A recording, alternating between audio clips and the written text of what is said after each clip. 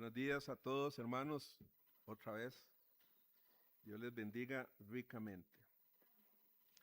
Ese himno que cantamos, yo quiero que lo canten cuando, cuando el Señor me llame. Cuando yo muera, ese himno tiene que cantarlo todos. Estoy bien con mi Dios, estoy bien con mi Dios. Hermanos, hoy terminamos el libro de Esther. Me gusta, me gusta predicar sobre los libros de la Biblia porque creo que así, eso es una forma nosotros tenemos muy amplia de conocer la Biblia, ¿verdad? Tanto ustedes como yo, es una forma lindísima de conocer mejor la Escritura. Bueno, hoy termina el Mundial, ¿verdad? Hoy yo ando con una camisa morada porque juega mi equipo. No, perdón, juega Argentina. Pensé que era mi equipo.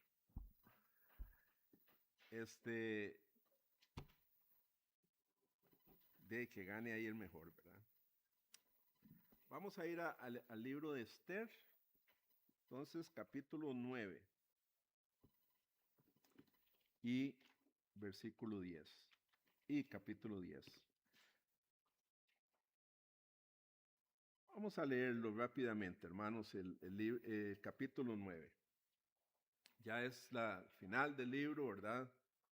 Y es como el resumen de todo. Dice, en el mes 12º, que es el mes de Adar, a los 13 días del mismo mes, cuando debía ser ejecutado el mandamiento del rey y su decreto, el mismo día en que los enemigos de los judíos esperaban enseñorearse de ellos, sucedió lo contrario, porque los judíos se enseñorearon de los que les aborrecían. Los judíos se reunieron en sus ciudades, en todas las provincias del rey Asuero, para descargar su mano sobre los que habían procurado su mal, y nadie les pudo resistir, porque el temor de ellos había caído sobre todos los pueblos. Y todos los príncipes de las provincias, los sátrapas, capitanes y oficiales del rey, apoyaban a los judíos, porque el temor de Mardoqueo había caído sobre ellos. Pues Mardoqueo era grande en la casa del rey, y su familia por todas las provincias. Mardoqueo iba engrandeciéndose más y más.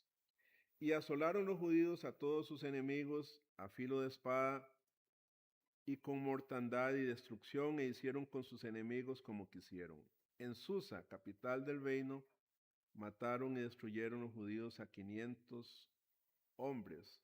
Mataron entonces a Parsandata, Dalfón, Aspata, Porata, Dalía, Aridata, Permasta, Arizal, Aridal y Balsata. 10 hijos de Amán, hijo de Amadata, enemigo de los judíos, pero no tocaron sus bienes.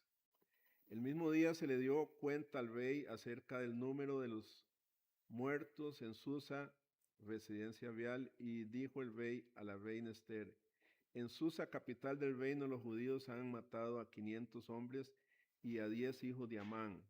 ¿Qué habrán hecho en las otras provincias del rey? ¿Cuál pues es tu petición y te será concedida? ¿Y qué más es tu demanda y será hecha? Y respondió Esther: si place al rey, concédase también mañana a los judíos en Susa que hagan conforme a la ley de hoy y que cuelguen en la horca a los 10 hijos de Amán. Y mandó el rey que se hiciese así. Se dio la orden en Susa y colgaron a los 10 hijos de Amán. Y los judíos que estaban en Susa se juntaron también el 14 del mes de Adar y mataron en Susa a 300 hombres, pero no tocaron sus bienes. Creo que hasta aquí habíamos visto el domingo anterior. Y sigo diciendo el 16, en cuanto a los otros judíos que estaban en las provincias del rey, también se juntaron y se pusieron en defensa de su vida y descansaron de sus enemigos y mataron de sus contrarios a 75,000 pero no tocaron sus bienes. Esto fue el día 13 del mes de Adar, y reposaron en el día 14 del mismo, y lo hicieron día de banquete y de alegría. Pero los judíos que estaban en Susa se juntaron el día 13 y el 14 del mismo mes, y el 15 del mismo reposaron y lo hicieron día de banquete y de regocijo. Por tanto, los judíos, aldeanos que habitan en las villas sin muro, hacen a los 14 del mes de Adar el día de alegría y de banquete, un día de regocijo, y para enviar porciones cada uno a su vecino. Y escribió Mardoqueo estas cosas y envió cartas a todos los judíos que estaban en todas las provincias del rey Asuero, cercanos y distantes, ordenándoles que celebrasen el día 14 del mes de Adar y el 15 del mismo cada año, como días en que los judíos tuvieron paz de sus enemigos, y como el mes que de tristeza se les cambió en alegría y de luto en día bueno, que los hiciesen días de banquete y de gozo, y para enviar porciones cada uno a su vecino y dádivas a los pobres. Y los judíos aceptaron hacer según habían comenzado lo que les escribió Mardoqueo, porque Amán, hijo de Amedata, Agageo, enemigo de todos los judíos, había ideado contra los judíos un plan para destruirlos, y había echado pur, que quiere decir suerte, para consumirlos y acabar con ellos. Mas, cuando Esther vino a la presencia del rey, él ordenó por carta que el perverso designio que aquel trazó contra los judíos recayese sobre sus cabezas, y que colgasen a él y a sus hijos en la horca. Por eso llamaron a estos días Purim, por el nombre Pur, y debido a las palabras de esta carta y por lo que ellos vieron sobre esto y lo que llevó a su conocimiento, los judíos establecieron y tomaron sobre sí, sobre sus descendencias y sobre todos los allegados a ellos, que no dejaran de celebrar estos días según está escrito tocante a ellos conforme a su tiempo cada año, y que estos días serían recordados y celebrados por todas las generaciones, familias, provincias y ciudades, que estos días de Purim no dejarían de ser guardados por los judíos, y que su descendencia jamás dejaría de recordarlos. Y la reina Esther, hija de Abihail, y Mardoqueo el judío escribieron con plena autoridad esta segunda carta referente a Purim, y fueron enviadas cartas a todos los judíos a las 127 provincias del rey Asuero, con palabras de paz y de verdad, para confirmar estos días de Purim en sus tiempos señalados, según los había ordenado Mardoqueo el judío y la reina Esther, y según ellos habían tomado sobre sí y sobre su descendencia, para conmemorar el fin de los ayunos y de su clamor. Y el mandamiento de Esther confirmó estas celebraciones acerca de Purim, y esto fue registrado en un libro. Y el capítulo 10 dice: el rey Asuero impuso tributo sobre la tierra y hasta las costas del mar, y todos los hechos de su poder y autoridad y relatos sobre la grandeza de Mardoqueo con que el rey le engrandeció, no está escrito en el libro de las crónicas de los reyes de Media y de Persia, porque Mardoqueo, el judío, fue el segundo después del rey Asuero, y grande entre los judíos y estimado por la multitud de sus hermanos, porque procuró el bienestar de su pueblo y habló paz para todo su linaje. Que Dios bendiga su palabra en esta mañana, hermanos, en todos nosotros. Vamos a orar. Señor, gracias te damos, Señor, por tu santa palabra, que es luz y lumbrera en nuestro camino, como escribió David, Señor. Tu palabra es lámpara a nuestros pies. Ayúdanos, Señor, a pensar, meditar en tu palabra, estar atentos en este mañana a este mensaje, último mensaje del libro, y Dios, para que usted transforme nuestras vidas con tu Espíritu Santo y tu buena palabra, la buena palabra de Dios. Gracias, Señor. Quita toda distracción en nuestras mentes y ayúdanos a escuchar tu voz. En el nombre de Jesús te lo pedimos. Amén y amén. Bueno, como dije, llegamos al final del libro y espero, hermanos, que ahora miren con otros ojos este libro de Esther y los libros del Antiguo Testamento. Todos, la Escritura es inspirada por Dios y es útil para todo, ¿verdad? Para todas nuestras vidas. Toda la Escritura. A primera vista, el libro de Esther nos parecía como un relato muy lejano a nuestra realidad. Es un libro rarísimo. Bueno, el Antiguo Testamento, qué libros más extraños, ¿verdad? En los nombres, ahora que estuvimos leyendo. Sin embargo, al verlo más de cerca, como lo vimos, hemos visto que este libro refleja e ilustra con mucha claridad el Evangelio de Jesucristo. No sé si lo han notado, pero este libro de Esther refleja el Evangelio de Jesucristo. Porque Esther nos recuerda que toda la humanidad vive bajo un edicto de muerte. Toda la humanidad actualmente vive bajo un edicto de muerte. Pero que Dios también ha provisto un edicto mayor de vida eterna en Cristo.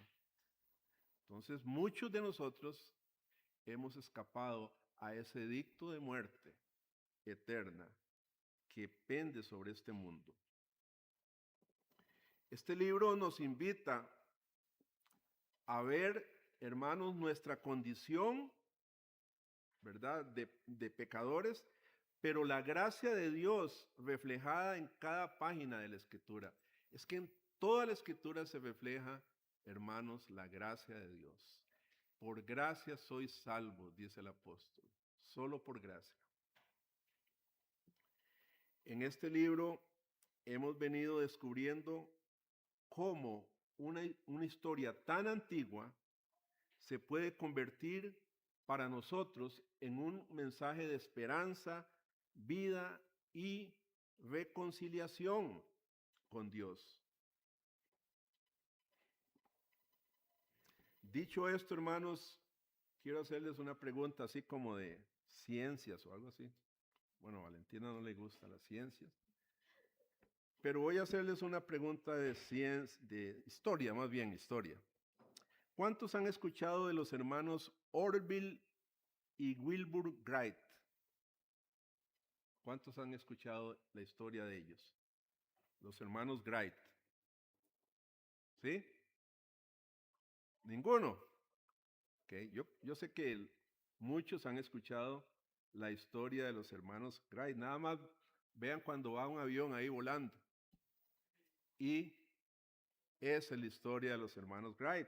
Dos jovencitos en ese tiempo, hijos de un pastor protestante. Esta semana vi por internet el monumento conmemorativo de 20 metros de altura en memoria de los hermanos Wright. Y su invento, el invento que en muchos aspectos, hermanos, cambió nuestro mundo para siempre. Los aviones, ¿verdad? Los aviones. Este monumento está precisamente donde ellos hicieron su primer vuelo que duró 12 segundos. Ese fue el gran vuelo que hicieron, ¿verdad? 12 segundos y una distancia de 36 metros.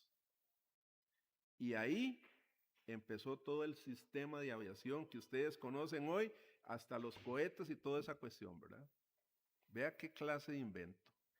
Y ahí Eso es en Carolina del Norte, creo que queda ese monumento. Y ahí mismo hicieron el monumento para conmemorar ese gran invento. Personalmente creo que es una buena idea el construir monumentos conmemorativos. A veces pasamos por San José y hay un montón de monumentos, ¿verdad? Y no sabemos. Me gusta siempre ir a ver qué es lo que dice, ¿verdad? ¿Quién es ese hombre que está ahí o mujer, ¿verdad? Que son muy importantes para la historia del mundo, ¿verdad? Y a mí me gusta celebrar también las fiestas, ¿verdad? 15 de septiembre. No, ¿qué es lo que vamos a celebrar ahora? ¿Qué es? 25 de julio. ¿Ah? Dice Valentina que es día de Cristóbal Colón. ¿Algo? No, perdón. Anda un poquillo. Sí, sí, sí. Ok. Es bueno apartar días para recordar y alegrarnos por eventos significativos. Por ejemplo, su cumpleaños, ¿verdad? Su fiestón cuando usted cumpleaños. ¿verdad? Ahora se suele durar 2 semanas de cumpleaños, ¿verdad? Celebrando cumpleaños. Es bueno. Estos días especiales le dan a nuestro pasado la importancia adecuada y por lo tanto, hermanos, nos brindan una mejor perspectiva de nuestro presente. El que no conoce su historia, ¿qué? Está destinado a repetir los errores de la historia. Eso es lo que pasa cuando no conocemos la historia. Y el Antiguo Testamento, por eso es tan bueno también conocerlo, porque ahí está todo. La fiesta de Purín, ¿qué es eso? La fiesta de Purín. Los últimos párrafos del libro de Esther que leímos son ni más ni menos que el establecimiento de una gran celebración judía, la fiesta de Purín. Esther y Mardoqueo no estaban dispuestos a dejar que ese gran acontecimiento en la vida de los judíos a través de Dios, primeramente Esther y Mardoqueo, no estaban dispuestos a dejar que la salvación del pueblo judío pasara desapercibida para las generaciones futuras. Debían celebrar eso. Y hermanos, eso me recuerda también que nosotros, ¿por qué nos reunimos hoy nosotros? ¿Qué celebramos hoy? ¿Qué nos reunimos a celebrar hoy? La resurrección de Cristo, lo máximo que puede haber en la historia de la humanidad, ¿verdad? Y nosotros venimos a adorar y a recordar esa gran resurrección de Cristo por la cual Él nos asegura también nuestra futura resurrección. Y escuche esto, hermanos, lo que establecieron casi 500 años antes del nacimiento de Cristo, esta fiesta todavía se celebra hasta el día de hoy por los judíos ortodoxos. Todavía celebran esta fiesta. Es muy importante. Yo diría que es de las fiestas más importantes que tienen ellos, ¿verdad? Y ahí se dan regalos y se llevan comida. Muy linda, ¿verdad? Es una celebración lindísima. Y se llama la fiesta de Purín. Regresando al libro de Esther, capítulo 9, vemos que la conmemoración comenzó en realidad como una celebración espontánea. Diga, ¿quién no celebraría que le salven la vida? ¿A usted le salvan la vida? ¿Alguien le salva la vida? Y usted solo recuerda para toda su vida. Y hasta lo celebra. Eso, ¿verdad? Entonces ellos espontáneamente celebraban esa fiesta. En el versículo 17 del capítulo 9 nos dice que después de que terminó la lucha y el pueblo judío se salvó de una muerte inminente, una muerte segura, en todo el reino comenzó esa fiesta. Vea la última parte del versículo 17, dice que los judíos hicieron día de banquete y de alegría ese día. La guerra había terminado todos estaban vivos, ni uno había muerto. No sé, nosotros, gracias a Dios, nunca hemos sufrido una guerra. No tenemos ni idea de lo que es una guerra, gracias a Dios, gracias a Dios. Pero es igual que la celebración que hubo después de la Segunda Guerra Mundial. La gente, ustedes ven videos, ¿verdad? Cuando termina la Segunda Guerra Mundial, la gente bailaba en las calles, se abrazaban, no les importaba no conocerse, se abrazaban, reían, silbaban, se abrazaban unos a otros, aunque no se conocieran. Era una alegría cuando terminó la Segunda Guerra Mundial. Creo que uno no puede imaginarse la euforia, la alegría final, al final de una guerra, a menos que uno haya pasado, haya sufrido en carne propia una guerra. Mardoqueo define lo que se convertiría en una tradición festiva en el versículo 17. Dice, ordenándoles que celebrasen el día 14 del mes de Adar. Esa fecha es como marzo, más o menos. Porque los judíos, dice el versículo 22, tuvieron paz de sus enemigos y la tristeza se les cambió en alegría, y de luto en día bueno debían hacerse días de banquete y de gozo, y para enviar porciones cada uno a su vecino y dádivas a los pobres. Era como un día de acción de gracias, ¿verdad? Que se celebra en Estados Unidos también, que es muy importante para los gringos.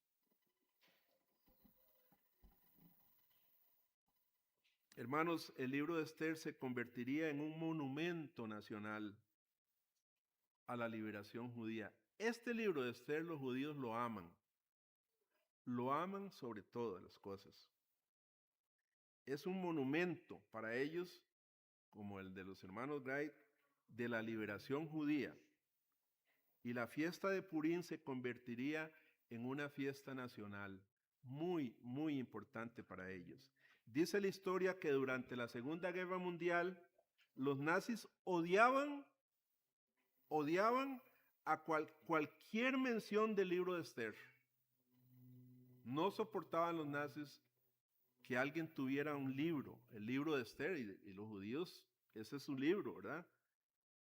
De hecho, un historiador registró un pequeño comentario que si un judío llegaba a uno de los campos de concentración con un libro de Esther, ese judío era muerto de inmediato, de una vez lo mataban.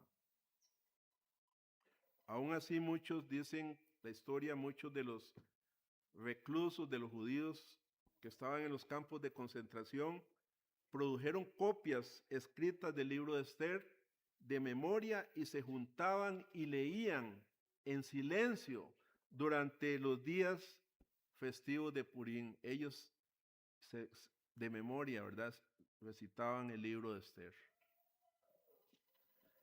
Al estudiar este libro de Esther, hermanos, podemos encontrar hermosas analogías o comparaciones e ilustraciones del Evangelio. Usted ve el Evangelio de Jesucristo en este libro y en todos los libros de la Biblia, pero en este libro, ¿verdad?, estamos viendo. Podríamos llamar al libro de Esther el Evangelio de Esther. Perfectamente se podría llamar así. Es que este libro, hermanos, nos hace pensar o nos ha hecho pensar en nuestra propia liberación de la muerte eterna. Nuestra propia liberación de la muerte eterna. Un evangelio que nos lleva a alegrarnos en ese cambio final, eterno y venidero que nos espera cuando Dios corrija todos los males y haga todas las cosas nuevas. Cielos nuevos, tierra nueva, ¿verdad? Todas las cosas nuevas. Entonces veamos, como es el Evangelio de Esther, vamos a ver algunas analogías o comparaciones del Evangelio. primer lugar vimos una plebeya que se convierte en reina, ¿verdad? Todos recordamos los primeros pasajes, primeros capítulos. Una plebeya que se convierte en reina, parecieran esos cuentos de hadas, ¿verdad? Por primera vez en la historia persa, historia del reino de Persia, el rey ignora siglos de tradición y permite que la corona descanse sobre la cabeza de una campesina común y corriente. Esther, una huérfana, recuerden. Es que vea todas las desventajas que tenía Esther. Jamás, ¿quién hubiera pensado en que ella fuera elegida, verdad? Sí era bonita, tenía esa cualidad, pero habían otras que eran lindas también, como en los concursos de Miss Universo, yo digo, y todas son bonitas, ¿verdad? Yo elegiría a todas, ¿verdad? Pues todas son muy bonitas. Y Esther era huérfana, era extranjera, nada menos que la hija de exiliados judíos, se convertiría en la novia del rey y luego en la esposa. Bueno, esto nos parece genial, ¿verdad? Que uno dice, qué lindo, parece un cuento de veras de hadas, ¿verdad? La campesina, la niña huérfana, convertida en reina. Pero hermanos, nosotros, usted y yo, hijos caídos de Adán y Eva, ¿verdad? Eso es lo que somos todos. Hijos caídos, hijos de Adán y Eva, pecadores comunes, separados de Dios, nacemos de nuevo por la gracia de Dios, según leemos en Efesios 2:8, porque por gracia sois salvos por medio de la fe, y esto no de vosotros, pues es un don de Dios. Esclavos, separados de Dios, con un futuro de muerte eterna, encontrados por ese Dios, por la gracia de Dios. Entonces, ven cómo es una comparación, ¿verdad? Una reina, una huérfana, reina. Nosotros somos, en un sentido, reyes y sacerdotes de Cristo. Qué lindo, ¿verdad? Qué lindo lo que nos ha pasado. Es que a veces yo pienso que nosotros no meditamos en esas grandes verdades, ¿verdad? Y nos animamos. Yo soy me sacaron ahí del pecado y me convirtieron en un hijo de Dios, una hija de Dios. Yo soy valiosa, yo valgo, ¿verdad? Dios me ama, Dios me ama, Cristo me ama. Somos adoptados como hijos e hijas de la familia de Dios con plenos derechos y privilegios como si fuéramos de la misma familia biológica. Hijos de Dios, hijas de Dios, usted y yo. Efesios 1:5 dice, adoptados hijos suyos por medio de Jesucristo según el puro afecto de su voluntad. ¿Por qué fuiste adoptado? ¿Por qué fuimos adoptados? Por la gracia de Dios.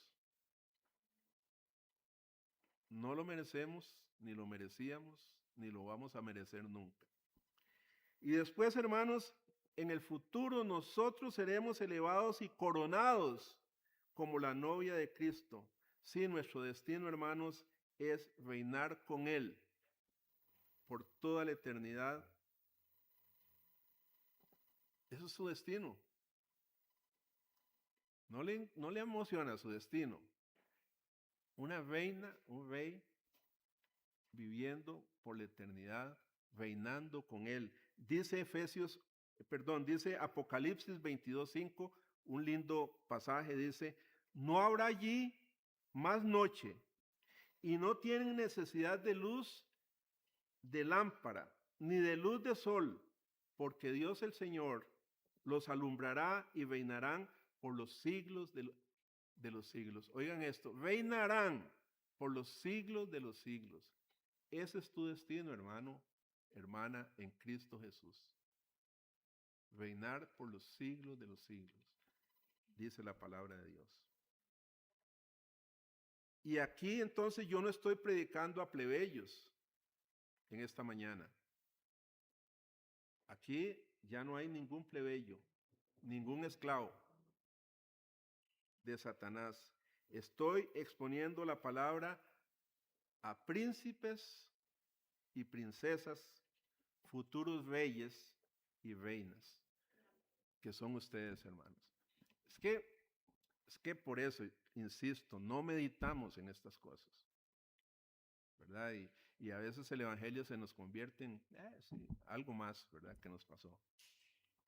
Lo que le pasó a Esther, mi hermano y mi hermana, le pasará a cada uno de nosotros que hemos puesto nuestra fe en Cristo Jesús, por la gracia de Él. Eso es, ven cómo entonces es como el evangelio de Ruth, ¿verdad? Lo que le pasó a Ruth nos pasará a nosotros. Reyes y reinas, perdón. En segundo lugar, vemos otra analogía que yo la llamo el irrevocable edicto de muerte. El rey ha permitido que el malvado Amán, permitió que Amán publicara un decreto de muerte. Es un decreto irrevocable, no se podía revocar. Hermanos, asimismo, toda la humanidad, desde que el niño nace, está bajo un edicto irrevocable de muerte. Ciertamente morirás, le dijo Dios. Fue la sentencia de Dios a Adán y Eva. El día que comieres, ciertamente morirás. Un decreto irrevocable de muerte. La Biblia dice, está establecido para los hombres que mueran una sola vez y después el juicio. Para toda la humanidad. Ese es el edicto.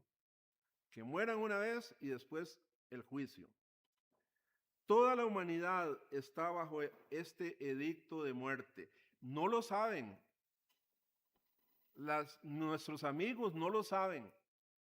Nuestros amigos no cristianos, nuestros familiares no lo saben. Nuestros compañeros de trabajo, que no son cristianos, no lo saben, pero están bajo un edicto de muerte. Y no solo la muerte física, ellos sí saben que van a morir físicamente, pero lo que ignoran es una muerte eterna. Una muerte en el infierno eterna. Terrible. El asesino y el hombre moral sufrirán lo mismo. La buena persona y las malas personas, los educados y los ricos, están en el mismo nivel que los analfabetos y los pobres. Cuando vemos los cementerios, hermanos, dan testimonio de este edicto irrevocable. Todos físicamente están ahí, ricos, pobres, inteligentes, tontos, todos, borrachos, gente buena, gente mala, todos están ahí. La Biblia dice en Romanos 6:23 que la paga del pecado es ¿qué? Muerte. Esa es la sentencia. ¿Usted es pecador? Bueno, la paga del pecado es muerte. El pago por simplemente pertenecer a una raza caída, a una raza humana caída, afectada terriblemente por el pecado, es la muerte. Entonces ven, hermanos, el evangelio aquí, ¿verdad? Todos pecaron, todos estamos destituidos de la gloria de Dios, pero hay una esperanza, vino un Salvador, un Redentor, ¿verdad? A quitar ese edicto de muerte en muchos de nosotros. Otra analogía es el hecho de que bajo ese edicto los judíos no podían defenderse, no podían hacer nada. Estaban literalmente indefensos. No había ninguna esperanza para ellos. Así también el mundo ha recibido el edicto de muerte y no puede hacer nada para salvarse a sí mismo. Nada. Ni las buenas obras que haga, por más que hagan cosas buenas, nada los puede salvar. No hay ninguna salida secreta. No hay ninguna cláusula de escape. El edicto de muerte se cumplirá en ellos, en toda la humanidad. La humanidad muchas veces busca distraerse, escapar, entreteniéndose, ¿verdad? La industria del entretenimiento es de las más grandes industrias del mundo, porque eso es lo que está buscando la gente para escapar de ese edicto de muerte. Aunque no lo saben, así no lo saben, no lo ven totalmente. La humanidad busca entretenerse, comiendo, bebiendo, casándose, criando hijos, educando, trabajando, invirtiendo, planificando todo el tiempo, tratando de ahogar el edicto de lo inevitable, que es la muerte y la muerte segunda. Un artículo de una revista admitió que la industria de la salud, por ejemplo, a la industria de la salud le apasiona una cosa, y no se trata solamente de vivir una vida más saludable, sino de tratar de evitar la muerte. Eso es lo que andan buscando los científicos. No solo sanarnos, sino que vivamos para siempre. La inteligencia artificial y quién sabe qué va a pasar, ¿verdad? Con todo eso. Eso es lo que están, evitar la muerte, evitar el edicto. La humanidad corre de un lado a otro, hermanos, pero no logra escapar de cumplir su cita con la muerte. Eso me recuerda un chiste que a mi querido sobrino Edgar le gusta. Un pelón, ¿verdad? Que se quería escapar de la muerte. Y aquel pelón me lo voy a llevar, ¿verdad? Y Edgar se muere de risa con ese chiste.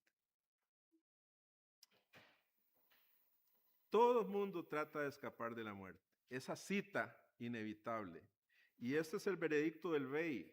No hay un tribunal superior para apelar, no hay un juez para influir, pagarle algo para que nos deje vivir un poco más. No.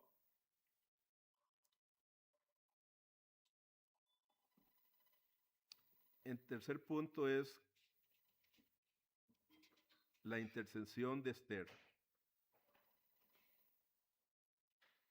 Aquí llega un rayo de esperanza para el pueblo judío. Después de 3 días de soledad, de pronto aparece Esther, una figura de Cristo en un sentido. De pronto aparece Esther. La encontramos de pie ante la presencia del rey, intercediendo a favor de su pueblo. ¿Quién intercede a favor de nosotros? Cristo.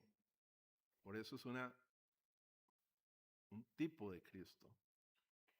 Ella voluntariamente arriesga su vida para salvar la vida de su propio pueblo. ¿Ven el Evangelio, hermanos? ¿Lo ven en todo el libro de Esther? Y nuestro Señor Jesucristo, después de 3 días en la tumba, no solo habiendo arriesgado su vida, sino literalmente dando su vida, ahora está delante de Dios, el Padre, intercediendo por nosotros. Gloria a Dios. Gloria a Dios. Él intercede por nosotros. Usted no está solo, hermano. Nunca está solo ni sola. Martín Lutero comentó acerca de esta misma analogía del Evangelio y citó estas palabras. Al tercer día, después del juicio de la cruz, Jesucristo se levantó, garantizando la seguridad para entrar en la presencia de Dios a todos los que se acerquen con fe, a tocar el cetro. ¿Recuerdan el cetro? A tocar el cetro del rey, que es un tipo de la cruz de Cristo. vaya a la cruz, vaya a Cristo.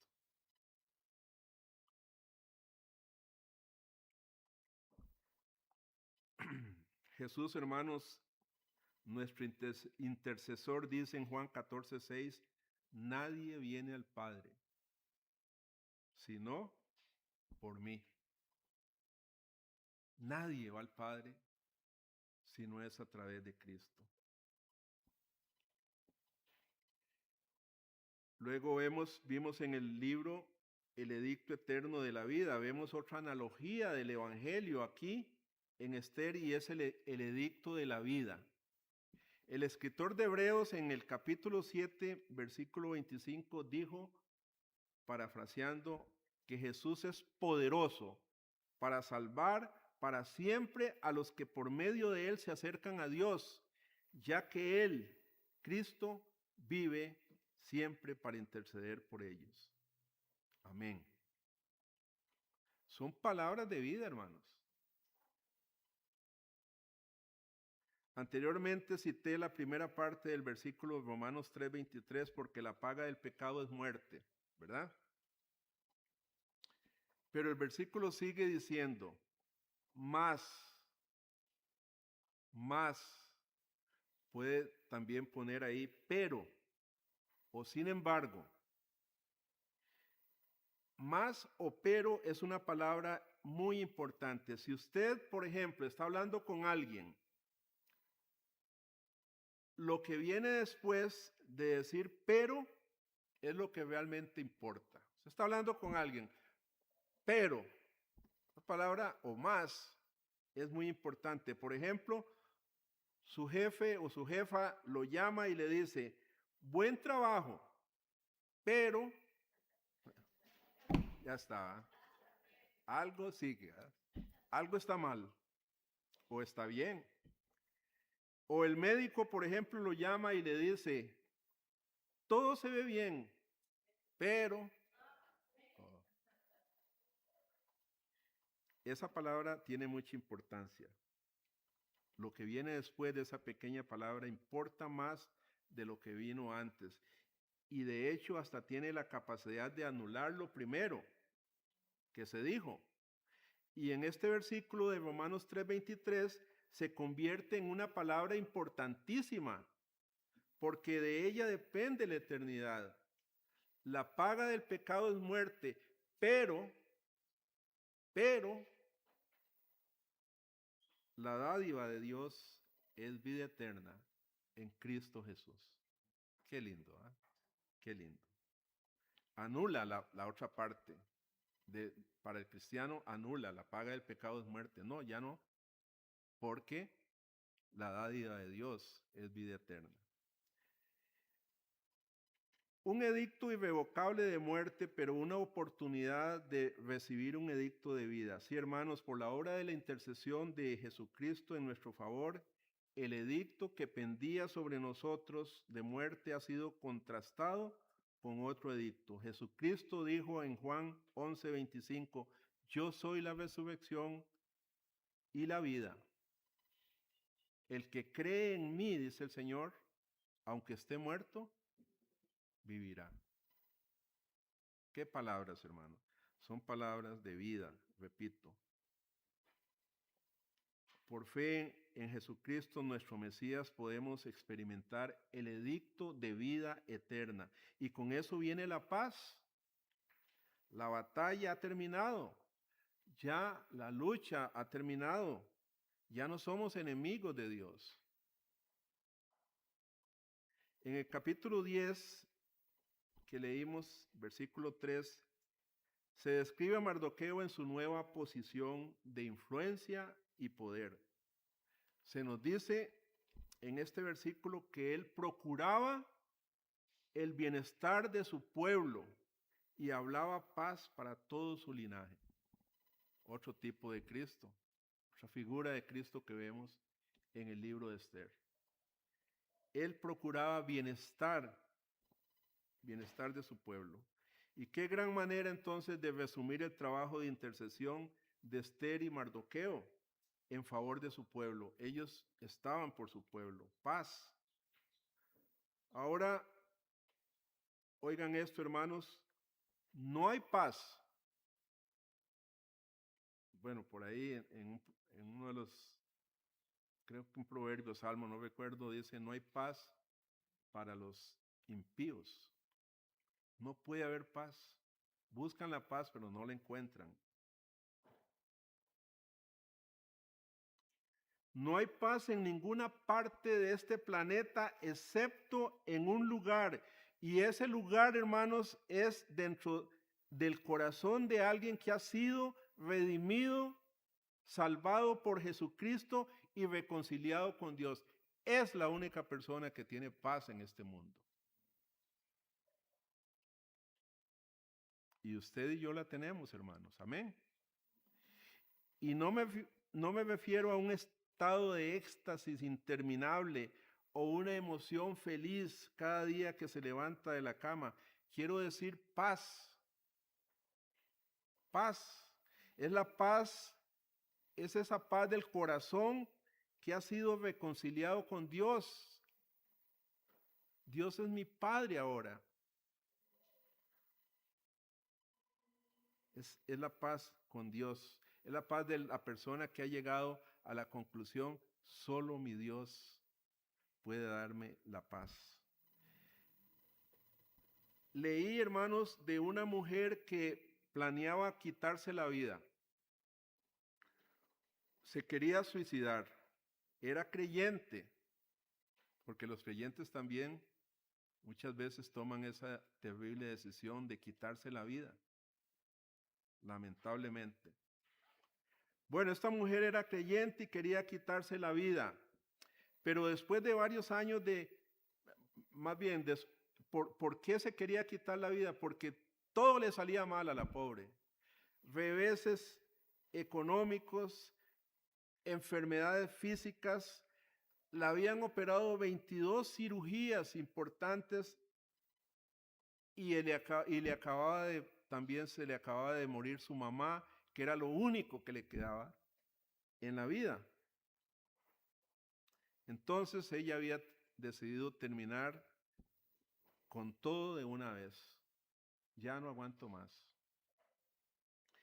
Dice que después ella contó que Dios usó un programa de radio o de televisión, no sé, ese día para darle paz y esperanza y cambiar de opinión, para seguir adelante, para seguir rindiéndose a la voluntad de Dios para su vida, pasara lo que pasara.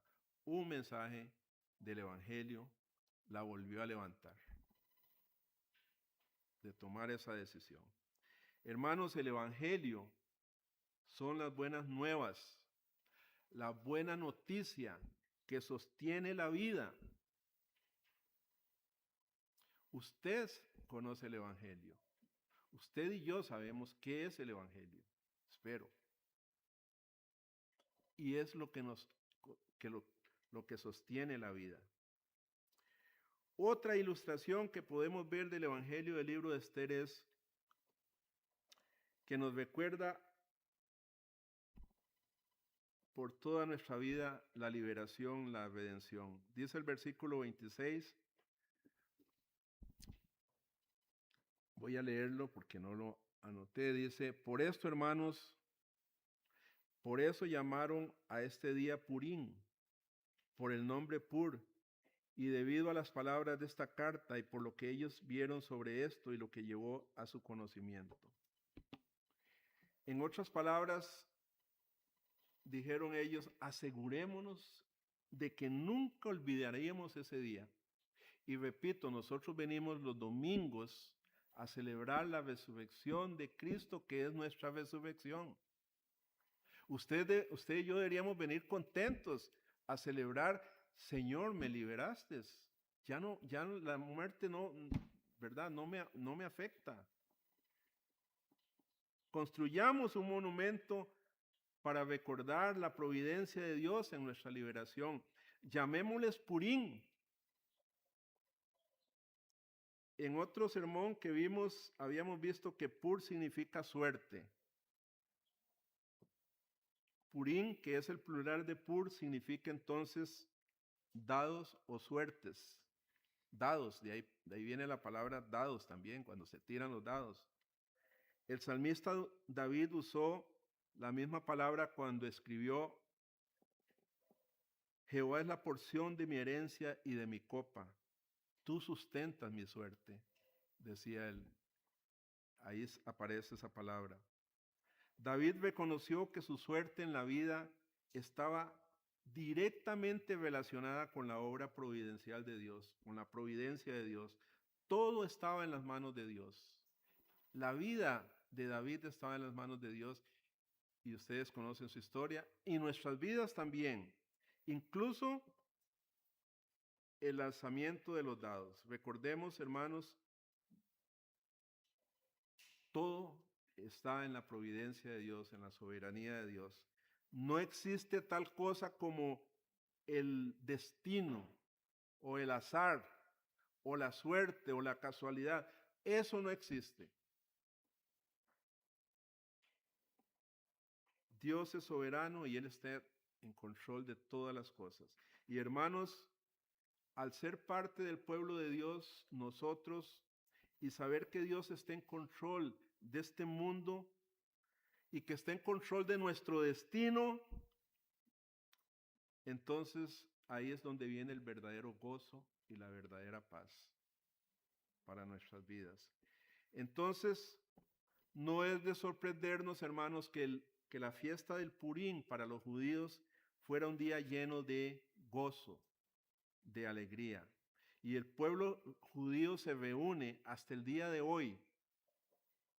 Los judíos ortodoxos todavía se reúnen para escuchar la lectura del libro de Esther. Todo el libro de Esther lo leen. Y cuando llegan al capítulo 3, los judíos, la audiencia que está escuchando, estalla en emoción cuando el pueblo es redimido, es salvado. Pero cada vez que se menciona el nombre de Amán, la audiencia abuchea, silba y zapatea. Malo eso. Qué celebración de la vida, hermanos. Como aplicación, hermanos, podemos ver que la providencia de Dios, vemos la gracia de Dios. Y esta gracia debe ser recordada siempre. Por gracia soy salvo. Por gracia. No por mí, no por lo que yo he hecho, es por gracia. Y debemos recordar su gracia siempre. Debemos recordar más que todo las cosas buenas que nos han pasado en la vida. Y dentro de ellas la gracia de Dios. Debemos recordar las buenas decisiones, la buena mano de Dios sobre nosotros. Recuerde, hermanos, todo lo que Dios ha hecho en su vida. Es muchísimo. Muchas veces tendemos a recordar lo malo. No debe ser así. Recordemos, dice Filipenses, todo lo que es verdadero, todo lo bueno. En eso pensad. El enemigo de nuestra alma le encanta burlarse de nosotros con nuestros fracasos pasados, con nuestros errores que hemos cometido, con las decepciones que hemos sufrido y otras calamidades.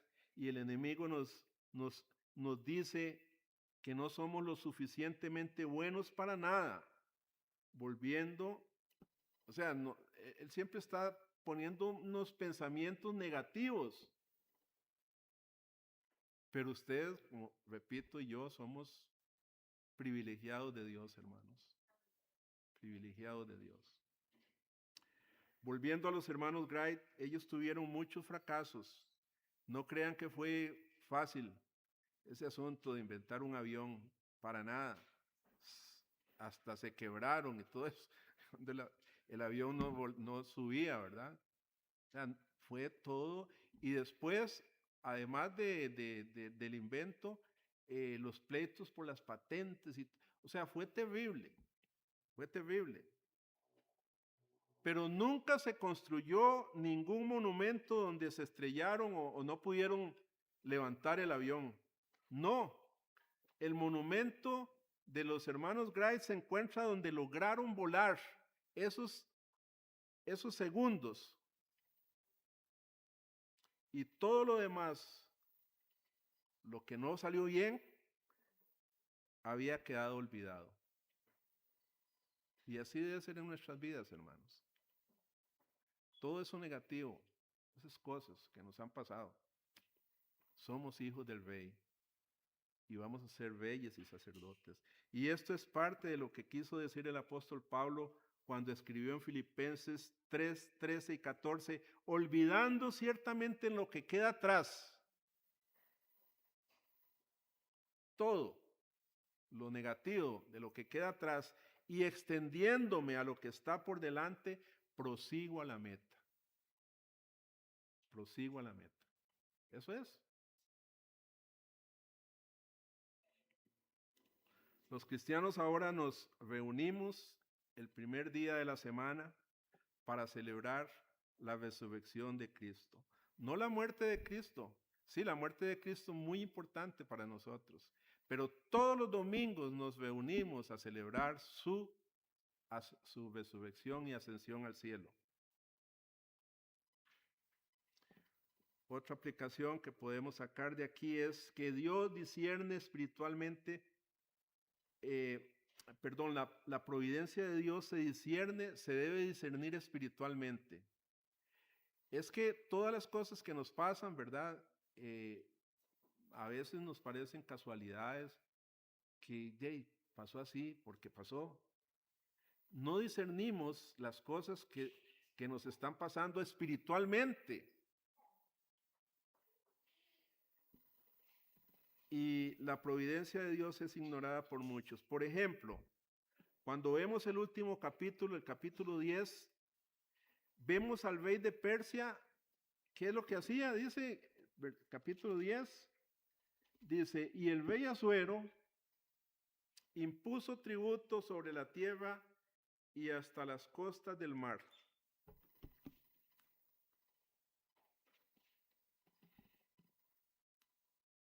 Para él, para este rey, todo lo que había pasado, todo lo que había pasado, todo había vuelto a la normalidad. Eso fue todo casualidad. Él no pudo discernir la providencia de Dios. Para él todo había vuelto a lo que como tenía que ser. Nada cambió en su vida. Él no fue afectado para nada, espiritualmente hablando, de lo que había pasado. No hay conversión al Dios de Esther y Mardoqueo. No se menciona de él ningún cambio en el palacio. Todo siguió igual. Unos años después, este rey fue asesinado en su palacio y ahí llegó la vida de ese rey. Nunca, no vio la providencia de Dios. Nosotros también, hermanos, después de haber escuchado 9 sermones de este libro, que es más o menos lo que el tiempo, ¿verdad? Que 9 sermones, nosotros podemos seguir ignorando la providencia de Dios en nuestras vidas, sin ningún cambio. Podemos seguir iguales, salir de aquí hoy y seguir iguales. Pero hermanos, debemos prestar atención para estar conscientes y alertas. No se conforme con la actitud del mundo que cree que las cosas suceden por pura casualidad y que ocurren al azar. No, señor, no, señorita, no, señora. No es así. Ya sea que lo veamos o no lo veamos, cada evento, cada cosita que nos sucede, cada cosa que sucede en este mundo, en cada decisión que tomamos, sin importar cuán pequeñita sea esa decisión, cada día, cada paso,